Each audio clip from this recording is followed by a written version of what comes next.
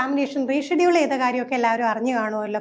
അപ്പം പഠനം ഒരിക്കലും എന്താണ് പതുക്കെ ആക്കണ്ട, നമുക്കൊരു എക്സ്ട്രാ ടൈം കിട്ടിയത് എപ്പോഴും നമ്മൾ പറയാറുണ്ടല്ലേ, ബോണസ് ആയിട്ട് എടുക്കാം. പിന്നെ അതുപോലെ തന്നെ സ്കൂളുകളിലൊക്കെ പഠിപ്പിച്ചുകൊണ്ടിരിക്കുന്നവരെ സംബന്ധിച്ചിടത്തോളം ഓണം വെക്കേഷൻ വരുന്നുണ്ട്. ആ ടൈമൊക്കെ മാക്സിമം യൂട്ടിലൈസ് ചെയ്യാൻ കഴിയുന്ന ഒരു ടൈം കൂടെയാണ്. പലരും ഇതുപോലെ സ്കൂളിലെ തിരക്കുകളുമായിട്ടൊക്കെ നിൽക്കുന്നതുകൊണ്ട് കേട്ട് എക്സാമിനേഷന് പഠിക്കാൻ പറ്റുന്നില്ല എന്ന് പരാതികളൊക്കെ പറയാറുണ്ട്.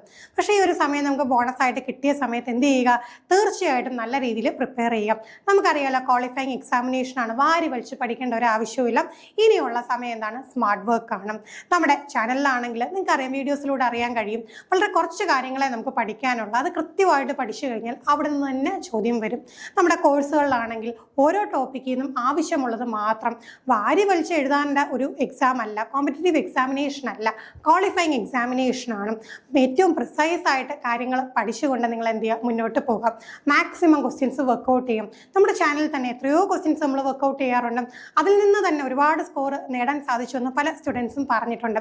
അതുപോലെ നിങ്ങൾക്ക് ഡീറ്റെയിൽ ആയിട്ട് പഠിക്കണമെന്നുണ്ടെങ്കിൽ, ഓരോ കാര്യങ്ങളും പഠിക്കണമെന്നുണ്ടെങ്കിൽ നമ്മുടെ കോഴ്സിൽ തന്നെ ഓരോ ടോപ്പിക്കിലും ഡീറ്റെയിൽ ആയിട്ടുള്ള കാര്യങ്ങളും അവൈലബിൾ ആണ്. നിങ്ങൾക്ക് സ്പീഡിൽ വർക്കൗട്ട് ചെയ്യാനായിട്ടുള്ള ക്വസ്റ്റ്യൻസും മെയിൻ ഏരിയാസും ഒക്കെ അവൈലബിൾ ആണ്. അതൊക്കെ നിങ്ങൾക്ക് എന്താണ് യൂസ് ചെയ്യാൻ കഴിയുന്ന ഏറ്റവും ബുദ്ധിപൂർവ്വം യൂസ് ചെയ്യാനുള്ള ഒരു സമയമാണ് വീണ് കിട്ടിയത്.